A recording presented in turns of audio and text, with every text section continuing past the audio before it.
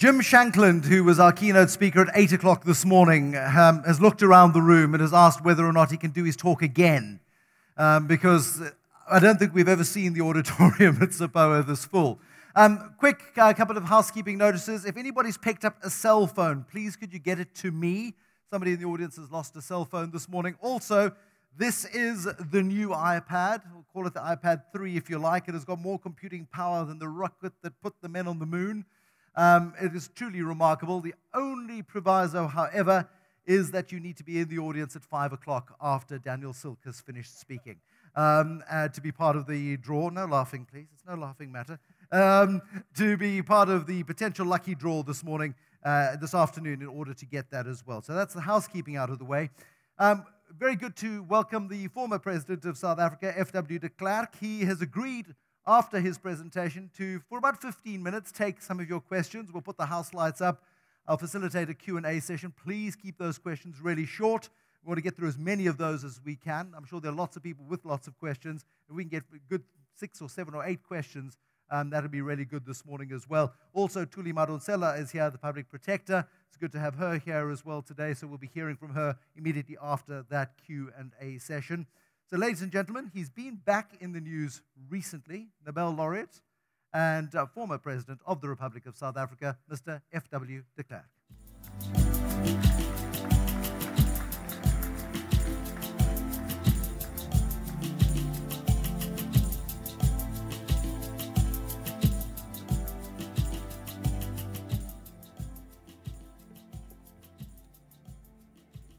Mr. President, Mr. Master of Ceremonies, ladies and gentlemen, it's good to refresh my association with SAPOA.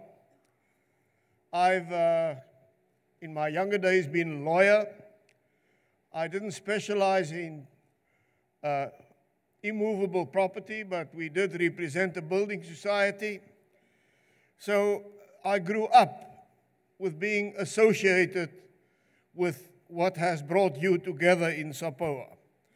Actually, at one stage in my lawyer's career, my attorney's career, I got tired of divorces and this and that and decided I want a fixed creative job.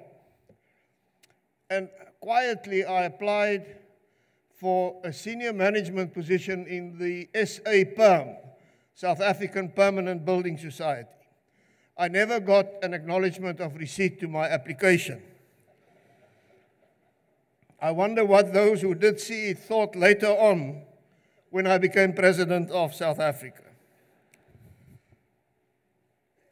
SAPOA also played a very important role in our constitutional negotiations. And I would like to recall just this morning that when we were in the throes of finalizing the 1996 Constitution, which in the corridors of Parliament was called the final Constitution, there was still great dissent about how that Constitution, our present Constitution, should deal with the issue of property and protection of property ownership. And SAPOA played a very important role and took a very strong stance, because there was a school of thought who said that should not be in a constitution, the protection of private property. And they insisted it should be there. And that helped all those who felt it should be there, as it was in the transitional constitution, and in the end helped them to win the argument.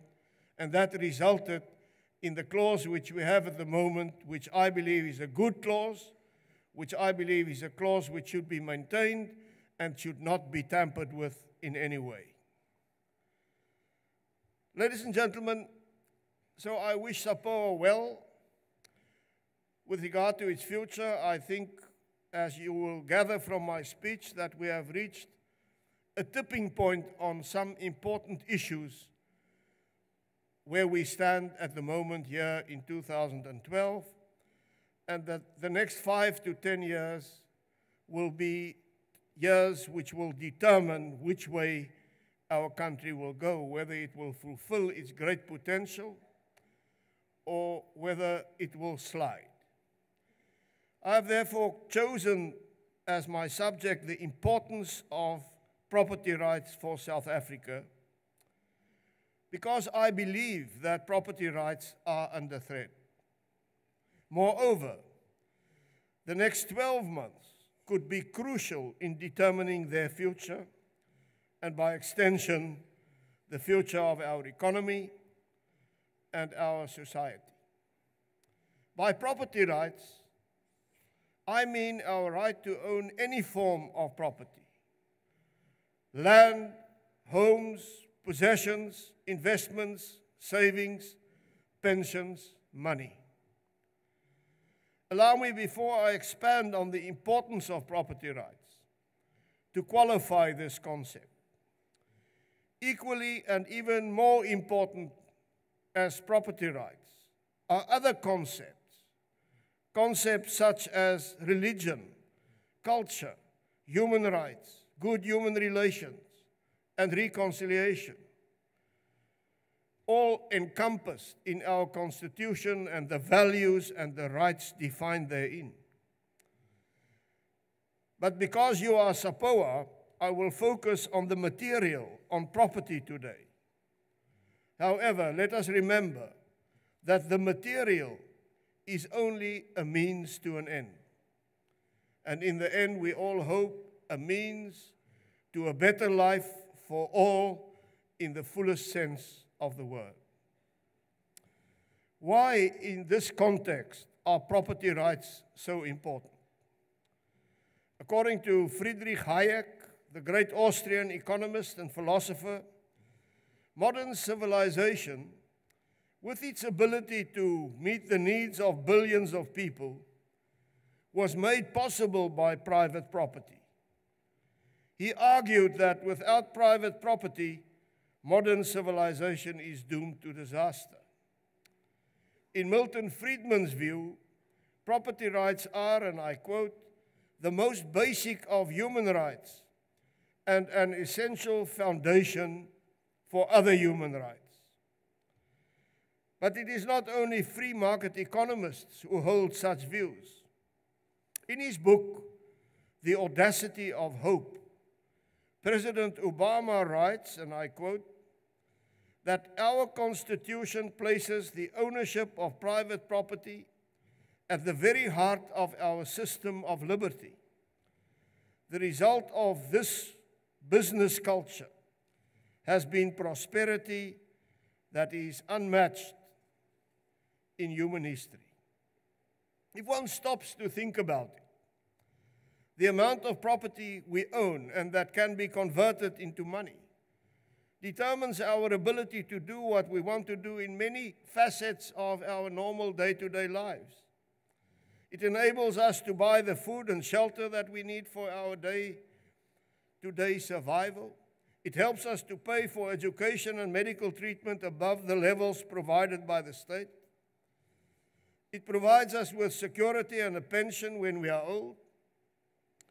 It gives us the ability to buy consumer goods, including cars, computers, and clothes. And it enables us to enjoy life's little luxuries, to dine out, to have a round of golf, to go to the movies, and to go on holiday. It's as simple as this. Property empowers us as individuals to pursue lawful goals in commercial interaction with others. Its possession gives us greater freedom to choose what we want to do and what we want to acquire. That is why most of us spend most of our productive lives working to obtain sufficient property, most generally in the form of money to meet our needs. The desire to acquire property is innate in mankind.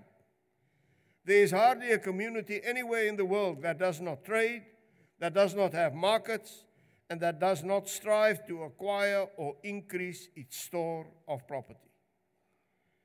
Remove private property from society, and you kill much of the economic activity that we currently see in our streets and in our cities. A friend of mine was one of the first members of the South African government to return to Maputo after the civil war in Mozambique. He found that there was hardly any economic activity at all. The shops were deserted because their shelves were empty. The once thriving Indian market was chained and padlocked. There was hardly any traffic in the main avenues except for the vehicles of senior government officials. The economic desolation, we know, was caused partly by the aftermath of the war.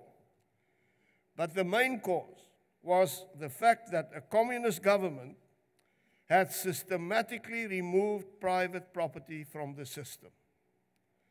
In the old Soviet Union, the tiny private garden patches that comrades were permitted to cultivate and that comprised only 1% of the agricultural land produced a massively disproportionate percentage of the available food. This is because it was one of the few sectors of the economy where private property was permitted. On the other hand, the introduction of private property and private enterprise in China has contributed to the greatest enrichment of the largest number of people in the shortest period in human history.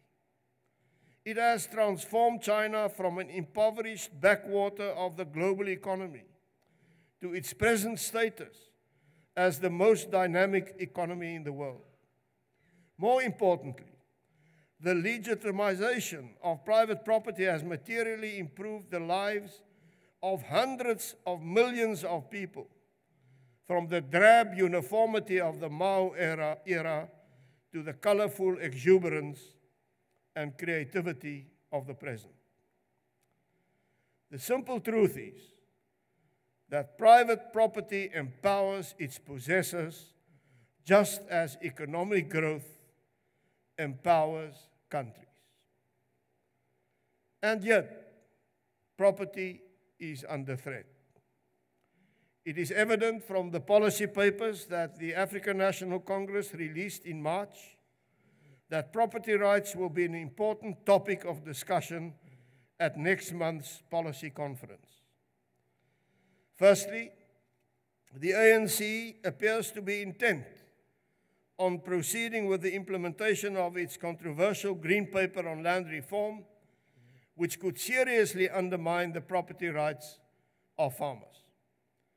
The agrarian transformation that is postulated by the Green Paper would require a rapid and fundamental change in the systems and patterns of ownership and control of land, livestock, cropping, and community. Privately owned land would be freehold, but with limited extent. This means that a cap might be placed on the size of farms or the number of farms that a person may own. Foreign-owned land would be freehold with precarious tenure, I quote, precarious tenure, and would be subject to conditions